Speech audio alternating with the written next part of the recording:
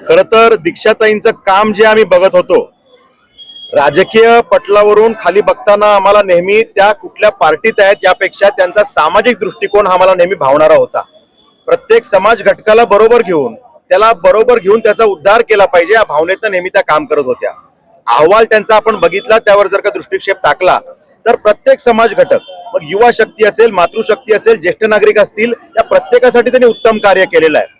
आणि त्या ठिकाणी आरोग्य विषय असेल, शिक्षण विषय असेल, आश्रमशाळा असतील, या प्रत्येक विषयात त्यांनी उत्कृष्ट काम केलेलं आहे।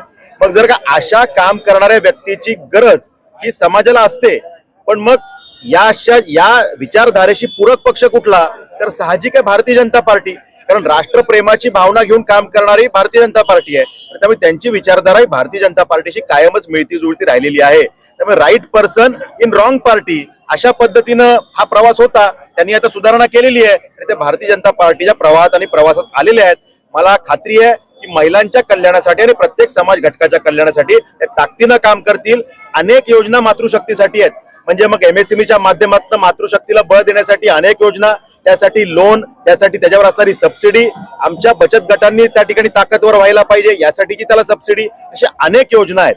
योजना त्या समजून घेतील आणि सरकार आणि महिला, सरकार आणि युवा यातला दुवा बनण्याचं काम दीक्षाताई नक्की करतील आणि सरकारची जी काही विकासाची गंगा आहे ती जनसामान्यांपर्यंत पोहोचवतील ही आम्हाला खात्री आहे।